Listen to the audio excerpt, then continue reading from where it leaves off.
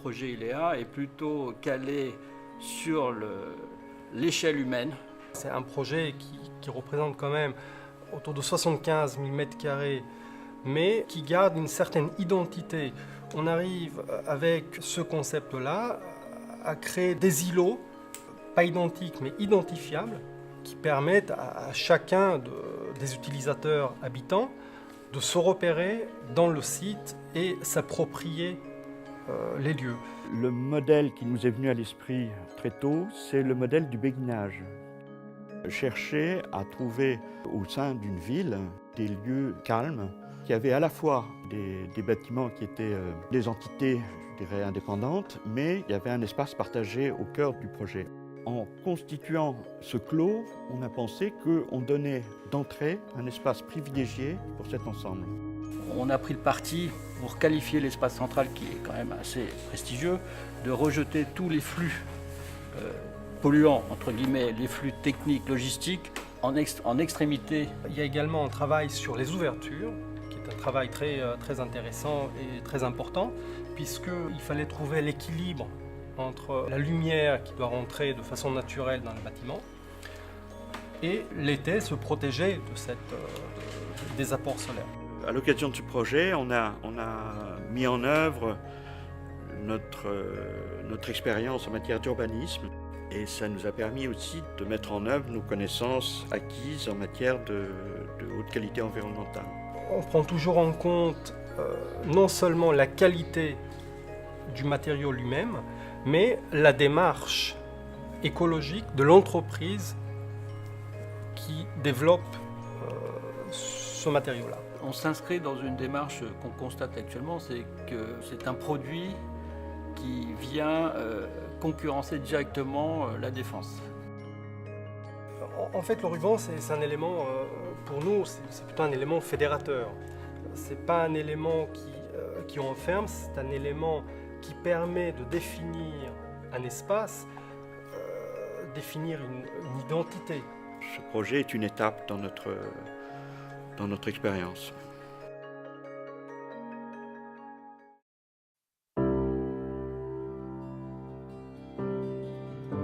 Je pense que dans un site comme celui d'ILEA, premier archipel éco-urbain, c'est aussi de devancer les nouvelles règles de management d'entreprise, c'est de provoquer des réactions à la fois sensorielles, à la fois professionnelles, en fonction des espaces.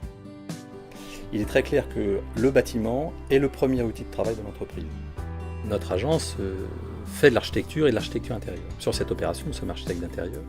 On a développé probablement une capacité ou un désir très fort de pouvoir rentrer dans les projets en participation. Donc l'architecture bien évidemment, la maîtrise d'ouvrage dans son ensemble, mais également les acousticiens, tous les bureaux d'études qui peuvent nous assister, les paysagistes bien évidemment, en tout cas tous ceux qui sculptent l'espace. Notre idée c'était de représenter le paysage. On a trouvé que finalement le dénominateur commun le plus petit c'était le pixel, c'est-à-dire ce petit point calculé, et qui permettait en travaillant de représenter de façon à la fois très nette et diffus le paysage. L'utilisation du pixel nous a permis après d'investir énormément de domaines, le domaine du mobilier, le domaine de la lumière, le domaine des espaces, et tout résonne à travers le pixel, puisque je dirais même le nom de baptême d'ILEA, c'est la représentation à une grande échelle d'une certaine pixelisation que peuvent représenter des petites îles à l'intérieur de la mer. Les mobiliers, les décors sont évolutifs et répondent, comme je disais tout à l'heure, à la fonction et non pas au statut. Des halls d'immeubles peuvent être aménagés avec une banque d'accueil lorsqu'on en a besoin et de ne plus en avoir quand on n'en a plus besoin. Toutes les utilisations des matières qui sont mises en œuvre sont labellisées HQE pour la représentation de ces paysages. Une bonne démarche HQE, c'est une démarche qui amène au recyclage des produits. Alors le recyclage en fin de vie. Mais nous avons développé notre projet à travers le recyclage. Je vous ai dit tout à l'heure, à partir des saisons, le mobilier peut être déplacé, les espaces peuvent être reconfigurés en fonction des saisons. Je pense que ça, c'est véritablement innovant, mais également en fonction des usages. On a développé une réflexion sur l'accompagnement des utilisateurs au déménagement de leurs sièges sociaux. Bien évidemment, ILEA bénéficiera de cette assistance, non pas pour contraindre les utilisateurs, mais au contraire pour leur permettre comme avec un mode d'emploi, d'utiliser au mieux l'ensemble de l'infrastructure tertiaire qui met à leur disposition. Tous ces domaines qui font que le projet sera fini jusqu'à dans les moindres détails a pu se faire parce qu'on s'est tous très bien entendus, on était tous portés par, je dirais, cette grande idée. La première idée, c'était d'amener un morceau de campagne en ville. On a installé des bosquets d'arbres, on a installé des prairies fleuries, on a installé des vallonnements, on a installé des noues, on a des chênes, on a des érables, on a des frênes, on a des hêtres. Il y a un peu plus de 500 arbres qui sont plantés. Il y a 12 500 mètres carrés de prairies et de couvre-sol. Et il y a à peu près 7-8 000 mètres carrés d'arbustes plantés. On essaye de rechercher les arbres que l'on peut trouver à proximité du site, c'est-à-dire dans les pépinières à proximité du site. C'est-à-dire qu'on évite d'aller à l'étranger, on évite d'aller dans les grandes pépinières allemandes ou hollandaises. 80% des toitures des bâtiments sont végétalisées. On a un système de récupération d'eau par infiltration, c'est-à-dire que là où on peut infiltrer, où le sous-sol n'est pas pollué, on a ce qu'on appelle des bassins secs ou des noues, où l'eau se rejette dans ces bassins secs et dans ces noues, est stockée et ça filtre doucement ensuite suivant la température extérieure. Alors les saisons sont très importantes et ce même sur les toitures végétalisées, c'est-à-dire qu'on va essayer d'installer des choses qui vont faire que tout au long de l'année il va se passer quelque chose. C'est-à-dire qu'il n'est pas question par exemple que l'hiver il n'y ait plus une feuille, il n'y ait plus une fleur, il ne se passe plus rien. Donc on a un mélange comme ça d'arbres caducs et de persistants qui fait qu'il y aura tout au long des saisons au moins une partie qui sera toujours verte. L'hiver, on peut avoir des prairies beaucoup plus rousses, l'été des prairies beaucoup plus vertes, le printemps des prairies beaucoup plus fleuries.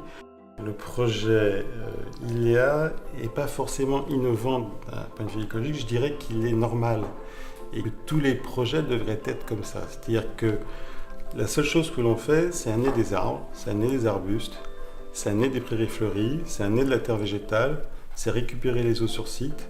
Tout ça pour créer un jardin, un parc, pour créer une espèce d'environnement, une sorte d'archipel, d'île dans lequel les gens se sentent bien.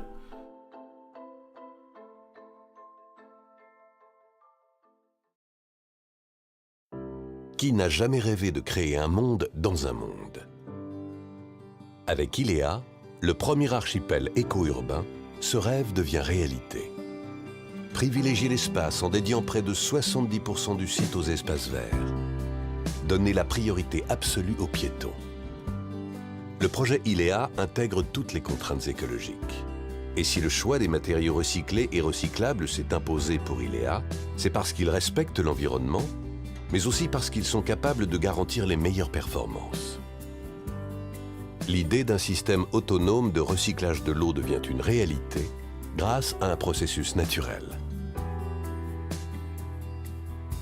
La chaleur et la fraîcheur du soleil, du vent et des saisons s'apprivoisent.